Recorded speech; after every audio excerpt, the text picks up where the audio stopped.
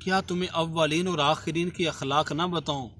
عرض کیا اللہ کے رسول ضرور فرمائے۔ آپ نے فرمایا صل من قطعک، جو تمہارے ساتھ توڑے اس کے ساتھ جوڑو، واعف عمن ظلمک، جو تم پر ظلم کرے اسے معاف کر دو، واعط من حرمک، جو تمہیں محروم کرے اسے عطا کرو، واحسن الی من اساء الیک، جو تمہارے ساتھ برا کرے اس کے ساتھ اچھا کرو۔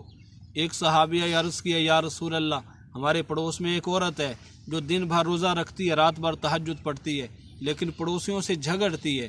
آپ نے فرمایا اس کو بتاؤ کہ وہ جہنمی ہے، اس کی عبادت اس کو جنت میں نہیں لے جا سکتی۔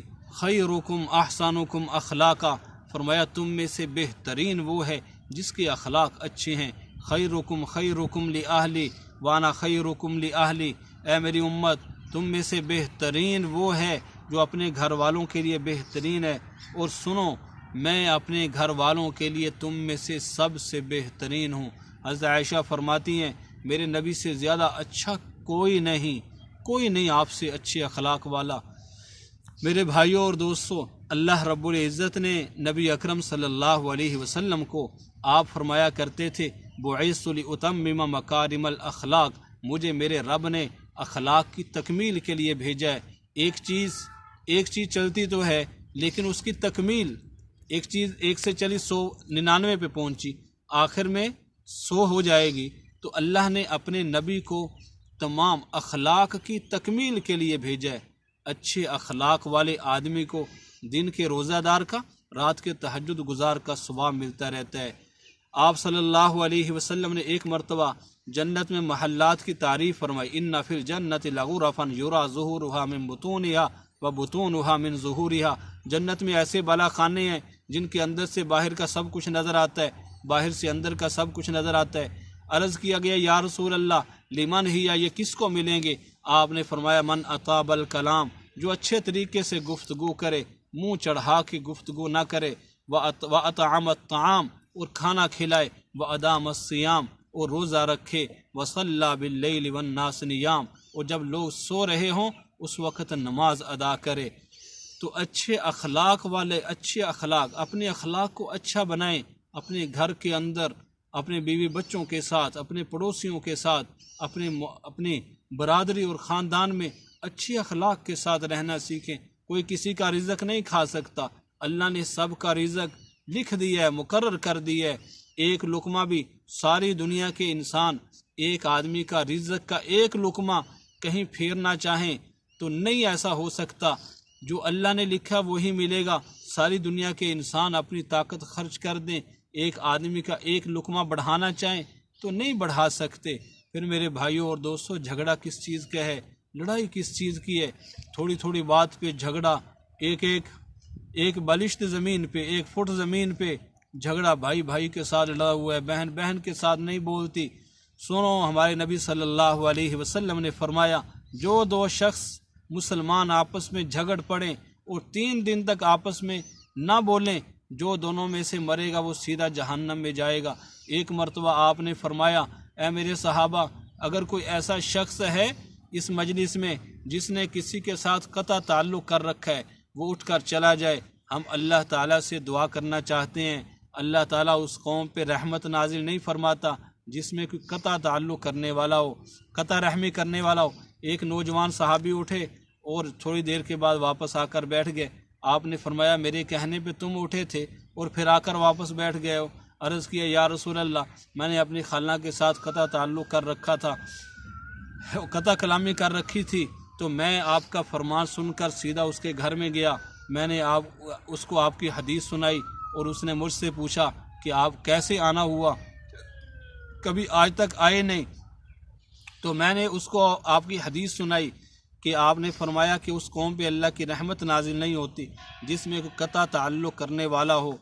تو اس نے میرے لیے استغفار کیا، میں نے اس کے لیے استغفار کیا، اس نے میرے ساتھ صلح کی، میں نے اس صلح کر کے میں واپس آ کے بیٹھ گیا۔ آپ نے فرمایا بہت اچھا، بیٹھ جاؤ۔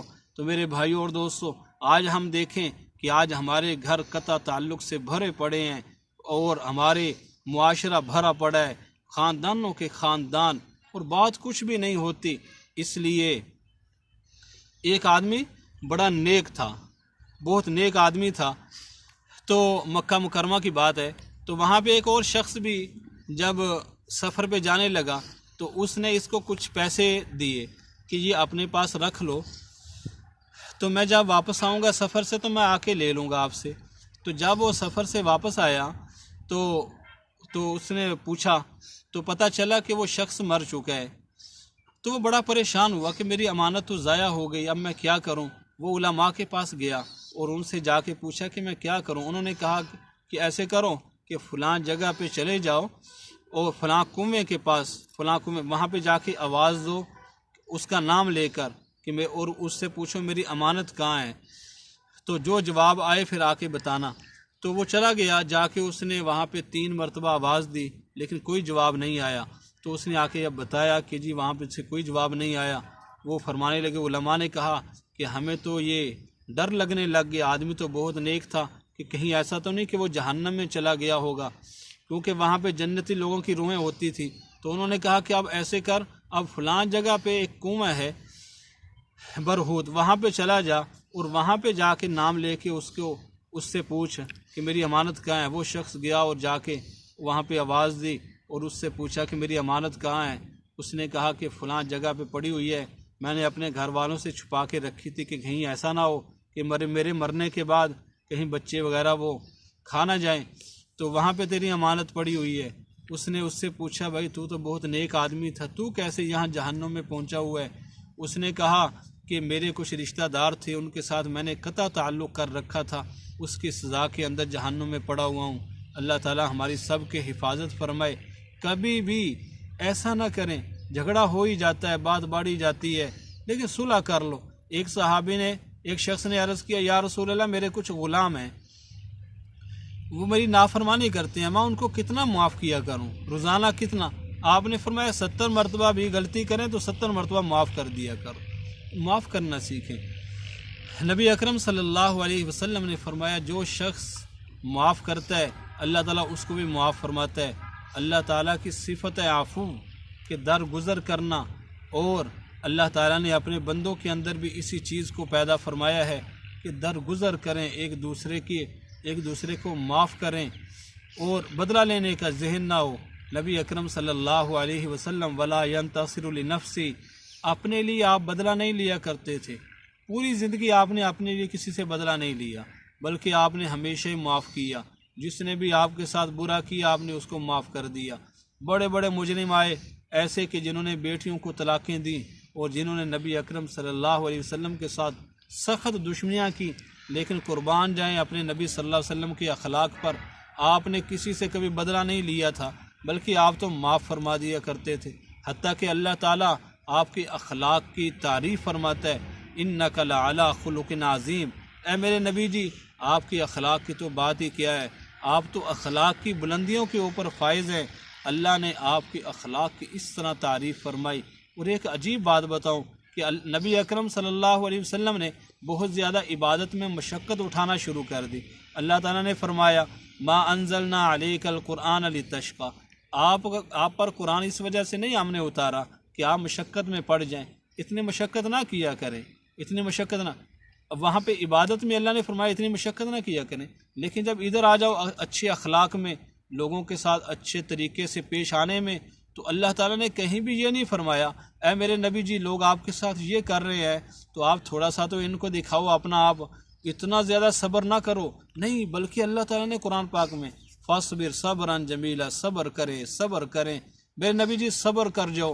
اور پھر اللہ تعالیٰ بلکہ اس سے بھی آگے بڑھ کر اللہ تعالیٰ اپنے نبی کے اخلاق کو سراہتا تھا اور تعریف کرتا تھا، اور آپ کو مزید اے میرے نبی جی صبر کرتے جاؤ، اور ان کا حساب ہمارے ذمے ہے، ہم خود ان کا حساب لیں گے۔ نبی اکرم صلی اللہ علیہ وسلم بیچ میں سے کچھ قوموں کے نام لے کر، خاندانوں کے نام لے کر بد دعا فرمانا شروع کر دی آپ نے، کہ آپ نے ان کو بہت دعوت دی، بہت سمجھایا، اسلام کی دعوت دیتے تھے، لیکن انہوں نے وہ ایمان نہیں لائے۔ نبی اکرم صلی اللہ علیہ وسلم بد دعا فرمانا شروع کر دیا آپ نے۔ اللہ تعالیٰ نے فرمایا اے میرے نبی جی لیس لک من الامر شیء او یتوب علیہم او یعذبہم فانہم ظالمون، اے میرے نبی جی ایسا نہ کیا کریں، آپ کو اس کا حق نہیں ہے، بلکہ آپ اللہ تعالیٰ جو چاہے کرے، اللہ ان کو توبہ کی توفیق دے یا اللہ ان کو عذاب دے، بے شک یہ ظالم ہے۔ لیکن ایسا اس کے بعد نبی اکرم صلی اللہ علیہ وسلم نے بد دعا کرنا بھی چھوڑ دی۔